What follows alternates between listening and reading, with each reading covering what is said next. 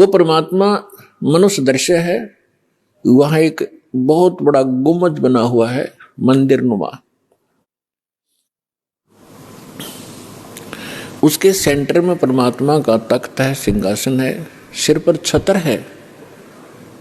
जैसे आप इस दास के ऊपर ये आर्टिफिशियल बना रखा है भक्तों ने, ये देख रहे हो।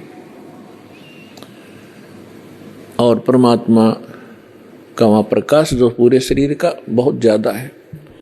उस परमात्मा के एक रोम माने बाल, एक रोम कहो या रोमकूप कहो, क्योंकि शरीर से ही, उनकी बॉडी से ही प्रकाश निकल रहा है, झलक रहा है, उसी से उसके रोम यानी बाल प्रकाशित हो रहे हैं। करोड़ सूर्य मिला दे, करोड़ चंद्रमा, तो भी एक रोम यानी बाल का प्रकाश ज्यादा होगा। तो इतना तेज है उस परमेश्वर का। वहां पृथ्वी है सतलोक, जैसे धरती आप देख रहे हो ये ऐसी, वो केवल व्हाइट कलर की है, जैसे आप बालू रेत देखते हैं। तो वहां पृथ्वी का कैसा रंग है, और उस पर वर्षा हो जाती है, वो सेट हो जाता है, तो भी कलर वैसा ही रहता है। तो ऐसा उस सतलोक का भी प्रकाश है, वो भी सौ प्रकाशित है, जैसे हीरा प्रकाशित होता है। हीरे में अपने आप चमक होती है, मोती में चमक होता है, इस प्रकार वो पृथ्वी है। वहां सदाबहार वृक्ष हैं, सदाबहार ये सभी काजू, किशमिश, मेवे, सेब, संतरे, सभी फल फ्रूट वहां सदाबहार रहते हैं, वहां कभी अकाल नहीं होता।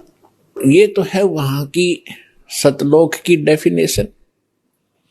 और परमात्मा कैसे हैं ये आपको दास बता ही रहा है कि मनुष्य दृश्य है, और वहां सृष्टि है ऐसी ही। ये तो डुप्लीकेट है जो यहां बनाए गए हैं, ये मिट्टी के शरीर, ये तो उसकी तुलना में एक खिलौने और मिट्टी से बने हुए हैं। और वहां का जो शरीर आपका स्वर्ण का हो, जो कभी विनाश में नहीं आता। इस प्रकार वहां सृष्टि है। वहां आपके पूर्व के सभी महल ज्यों के त्यों हैं। प्रत्येक व्यक्ति की एक विशेष टेंडेंसी है, एक वृत्ति है, जरा सा कोई अच्छी पोस्ट बन जाती है, उसको प्राप्त हो जाती है, या कोई धन चोखा मिल जाता है, बढ़िया कोठी बनाऊं, बहुत लंबी चौड़ी, ऊपर नीचे, और आगे पार्क हो, पार्क में फिर आगे बगीचा हो, एक साइड में तालाब हो, झूले डाल रखे हो, और फुहारे बनाता है आर्टिफिशियल के, कभी कभी फुहार भी डालूं, तो ये बनावटी है। अच्छा, यहां तो एक और समस्या है, ये सारा कुछ किसी ने बना भी लिया तो 36 टेंशन साथ लिए रहता है। वो उस घूम रहा है बगीचे में, और टेंशन है कहीं और, ये बिगड़ गया काम, वो बिगड़ गया काम, ऐसे ना हुआ वैसे हो जाएगा। तो उसने वहां एक डुप्लीकेट बना भी लिया, तो भी उसका सुख प्राप्त नहीं है उसको, व्यक्ति को। और सतलोक के अंदर ऐसे ही बहुत लंबे चौड़े, प्रत्येक प्राणी के अलग अलग महल हैं। वहां आपका परिवार होगा। आपको कितने अच्छे लगते हैं अपने माता पिता, भाई बहन, अंकल, चाचे, ताऊ और बच्चे, रिलेटिव। और यहाँ ठीक है, अच्छे तो लगेंगे क्योंकि अच्छे हैं, और कल मृत्यु हो जा, टक्कर मारते रहो, कभी भी जीवन में आप उनको नहीं देख सकते फिर। तो ये अच्छा लगते हुए भी व्यर्थ है।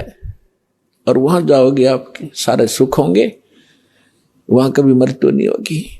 कोई व्यक्ति नहीं चाहता मैं वृद्ध हूं, वृद्ध अवस्था प्राप्त हो, बूढ़ा हूं, और बूढ़े हो गए।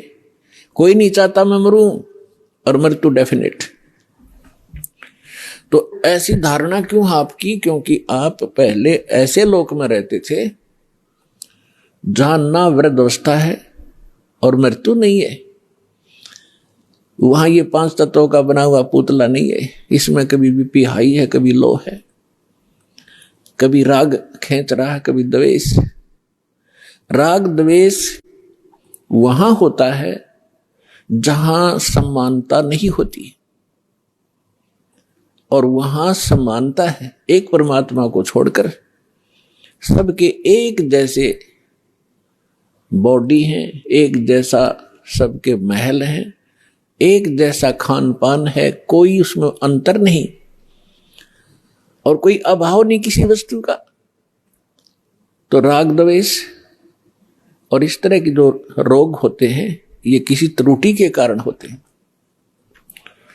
तो आप जी उस स्थान को छोड़कर गलती से यहां आ चुके हो और यहां आपका कोई ठिकाना नहीं।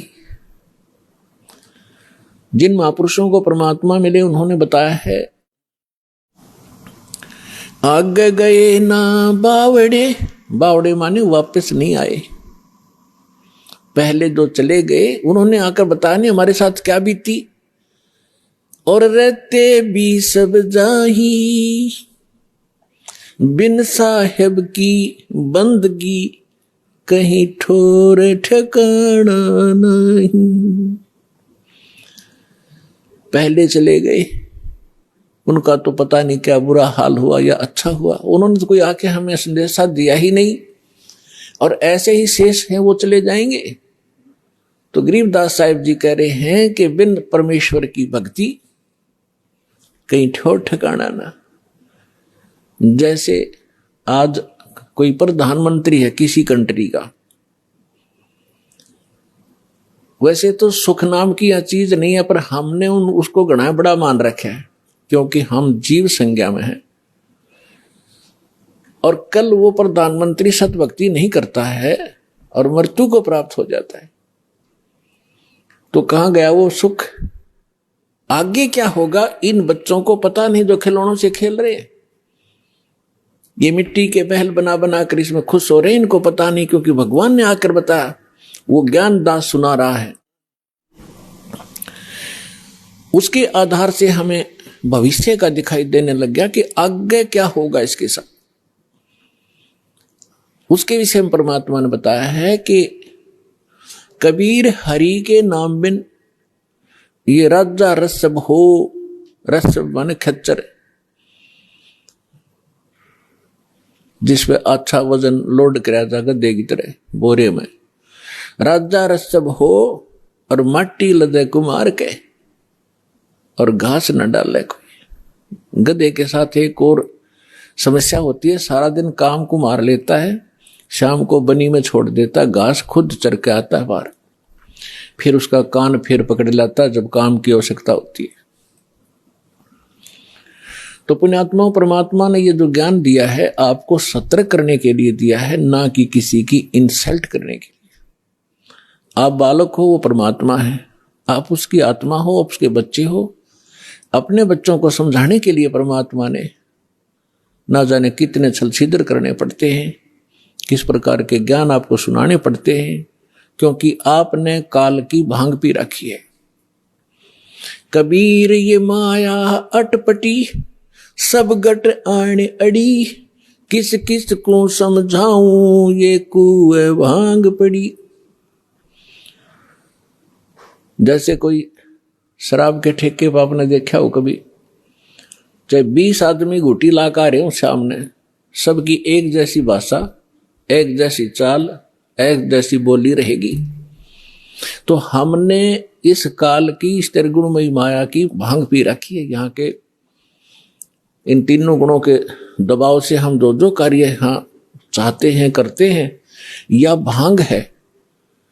और सभी एक जैसी वृत्ति होगी, क्योंकि सबने एक का कुएं की भांग पी रखी है। वो ज्ञान सुनने को मिला ही नहीं आपको। अब ये ज्ञान मिला है जो इस भांग को उतारेगा, ये एंटीबायोटिक है, और ये ज्ञान सतगुरु ही दे सकता है, और सतगुरु परमात्मा ही होता है। 600 वर्ष पहले परमात्मा स्वयं आए थे, वो सतगुरु भी थे, परमात्मा तो वो थे ही थे। और फिर उन्होंने कहा था कि जब गरीबदास जी का पंथ होगा 12वां पंथ, उसमें काल अपना जाल जरूर फैलाओगा, लेकिन 12वें पंथ में परमात्मा ने कहा था हम फिर आएंगे। अब परमात्मा नहीं आए तो दास भेज दिया अपना, वही पावर, वही ज्ञान, दास के अंतःकरण में फीड कर दिया, जो दास आपको आज वर्षा कर रहा है उस अमृत ज्ञान की।